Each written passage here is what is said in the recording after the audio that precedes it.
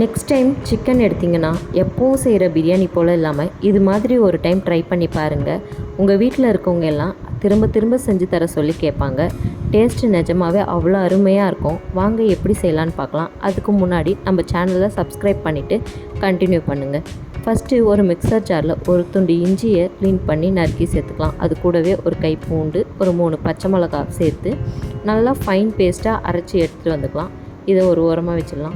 அப்புறம் ஒரு மிக்சிங் பவுலில் 1/2 kg போல் சிக்கனை நல்லா சுத்தமாக க்ளீன் பண்ணி எடுத்து வச்சுருக்கேன். அதை ஆட் பண்ணிக்கலாம். இப்போ இது கூடவே கொஞ்சம் ஸ்பைசஸ் ஆட் பண்ணிக்கலாம்.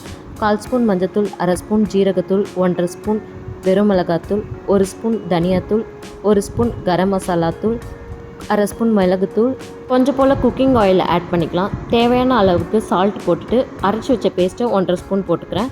இது கூட 2 மீடியம் சைஸ் தக்காளியை நல்லா அரைச்சி பியூரி ஆக்கி சேர்த்துக்கிறேன். 3 டேபிள் ஸ்பூன் தயிர் ஆட் பண்ணிவிட்டு ஒரு பிடி புதினா, ஒரு பிடி கொத்தமல்லி, 1/2 லெமன் ஜூஸ் பிழிஞ்சு விட்டுட்டு எல்லாம் ஒன்று சேர்கிற மாதிரி நல்லா கலந்து விட்டுட்டு ஒரு 10 மினிட்ஸ் ரெஸ்ட்டில் வச்சிடலாம்.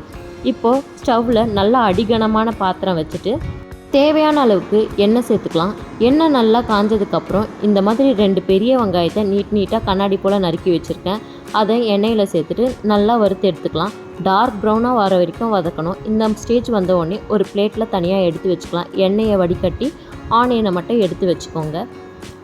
இப்போது அதே எண்ணெயில் கொஞ்சம் ஓல்ட் ஸ்பைசஸ் எடுத்து வச்சுருக்கேன். அது எல்லாத்தையும் ஆட் பண்ணி நல்லா பொரிஞ்சதுக்கப்புறம் மேக்னேட் பண்ணி வச்சுருந்த சிக்கனையும் ஆட் பண்ணிக்கலாம். இப்போது இந்த சிக்கனை நல்லா ஒரு டைம் கலரி விட்டுட்டு மூடி போட்டு ஒரு 10 மினிட்ஸ்க்கு வச்சிடலாம். நடுவில் அப்பப்போ எடுத்து கலரி மட்டும் விடுங்க. அடி பிடிக்காமல் பார்த்துக்கோங்க. சிக்கன்லேருந்து ரிலீஸ் ஆகிற தண்ணியே போதும் சிக்கன் வைக்கிறதுக்காக. இதுக்காக நம்ம எதுவும் எக்ஸ்ட்ராலாம் தண்ணி சேர்க்க தேவையில்ல. மூடி போட்டு நல்லா ஒரு 10 நிமிஷத்துக்கு நல்லா வேக வச்சுக்கோங்க. இந்த மாதிரி சிக்கன் மசாலா எல்லாம் சேர்ந்து நல்லா ஒரு திக்கான கிரேவி வந்ததும் கரெக்டான கன்சிஸ்டன்சியாக இருக்கும். இப்போது சிக்கன் மசாலா எல்லாத்தையும் வேறு ஒரு பவுலில் ட்ரான்ஸ்ஃபர் பண்ணி வச்சுக்கோங்க. மசாலா எல்லாத்தையும் நல்லா க்ளீனாக எடுத்துடுங்க, இல்லைன்னா அடி பிடிக்க ஆரம்பிச்சிடும். இப்போது அதே பாத்திரத்தையே எடுத்துக்கோங்க. கழுவணுன்னெலாம் அவசியம் இல்லை. அதே பாத்திரத்துலேயே ஒரு 2 ஸ்பூன் போல் நெய் ஆட் பண்ணிக்கலாம். நெய் நல்லா உருகி வந்ததுக்கப்புறம் நான் பாஸ்மதி அரிசியை நல்லா கழுவி 10 நிமிஷம் ஊற வச்சு எடுத்து வச்சுருக்கேன். அந்த அரிசியை ஆட் பண்ணிக்கலாம் நெய்யில். அரிசியெல்லாம் சேர்த்ததுக்கப்புறம் நெய்லேயே நல்லா ஒரு கிளறிக்கலாம். அரிசி உடையாமல் பார்த்துக்கோங்க. நல்லா சாஃப்டாக ஹேண்டில் பண்ணுங்கள். ஒரு டைம் கலர்னதுக்கப்புறம் நான் இந்த கப்பில் 1 கப் அரிசி எடுத்ததுனால அதே கப்பில் 1 கப் அரிசிக்கு 1.5 கப்பு தண்ணி ரேஷியோவில் ஆட் பண்ணிக்கிறேன். தண்ணி ஆட் பண்ணதுக்கப்புறம் நல்லா ஒரு டைம் கலரி விட்டுருங்க. நெய் ஆட் பண்ணி ஃப்ரை பண்ணதுனால அரிசி ஒன்று கீழே ஒட்டியிருக்கோம். அதனால் எல்லாத்தையும் நல்லா கலரி விட்டுக்கோங்க. இப்போது தேவையான அளவுக்கு உப்பு சேர்த்துக்கலாம். சிக்கன்லேயே நம்ம சால்ட்டு போட்டிருக்கோம், அதனால் உப்பு பார்த்து சேர்த்துக்கோங்க. இதில் இப்போது ஒரு பச்சை மிளகாவை நீல வாக்கில் கீறி போட்டுக்கிட்டேன். கொஞ்சம் போல் ஜீரகம் போட்டு ஒரு கிளறி மூடி விட்டுடலாம்.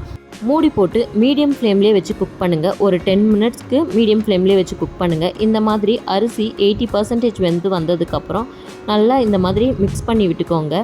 ஈரப்பதம் மட்டும்தான் இருக்கும். இந்த ஸ்டேஜில் ஒரு 1.5 ஸ்பூன் போல் நெய் ஆட் பண்ணிக்கோங்க. இதுக்கப்புறம் நம்ம செஞ்சு வச்சுருக்க சிக்கன் கிரேவியை அப்படியே மசாலாவோடையே மொத்தமாக ஆட் பண்ணிக்கோங்க. ஒரு லேயர் மாதிரி மேலே ஃபுல்லாக ஆட் பண்ணிக்கோங்க. இது கூடவே வறுத்து வச்சுருந்த ஆனியனும் ஆட் பண்ணிக்கோங்க. லாஸ்ட்டாக ஃப்ளேவருக்காக நிறைய கொத்தமல்லியும் நறுக்கி ஆட் பண்ணிக்கோங்க. இப்போது இதை மூடி போட்டு கொஞ்ச நேரம் தம்மில் வச்சிடலாம். பக்கத்துலேயே தோசைக்கல்லை ஹீட் பண்ணி வச்சுருக்கேன். நல்லா தோசைக்கல் ஹீட் ஆனதும் இதை தூக்கி மேலே வச்சுட்டு தோசைக்கல்லை மீடியம் ஃப்ளேமில் வச்சுருங்க. 5 மினிட்ஸ் போல் மீடியம் ஃப்ளேம்லேயே வச்சுருந்தா சாப்பாடில் இருந்த ஈரப்பதம்லாம் போய் ரைஸ் நல்லா பலன்னு உதிரியாக வந்துடும். இந்த மாதிரி தம் போடும்போது நம்ம சிக்கன் கிரேவியில் சேர்த்துருந்த எசன்ஸ்லாம் நல்லா ரைஸில் இறங்கி நல்லா ஃப்ளேவர்டாக இருக்கும். சாப்பாடு பார்க்கவே எவ்வளோ சூப்பராக இருக்குது பாருங்கள். சாப்பாடை மொத்தமாக கலராமல் இந்த மாதிரி லேயராக வச்சு சாப்பிடும்போது அவ்வளோ சூப்பராக இருக்கும். எப்போவும் சாப்பிட்ற பிரியாணி போல் இல்லாமல் சாப்பிட்றதுக்கே நல்லா டிஃப்ரெண்ட்டான டேஸ்ட்டில் இருக்கும். எசன்ஸ்லாம் சாதத்தில் இறங்கி அந்த தொக்கோடையே வச்சு சாப்பிடும்போது டேஸ்ட்டு அருமையாக இருக்கும். நீங்களும் கண்டிப்பாக ஒரு டைமாச்சும் ட்ரை பண்ணி பாருங்கள். தேங்க்ஸ் ஃபார் வாட்சிங்.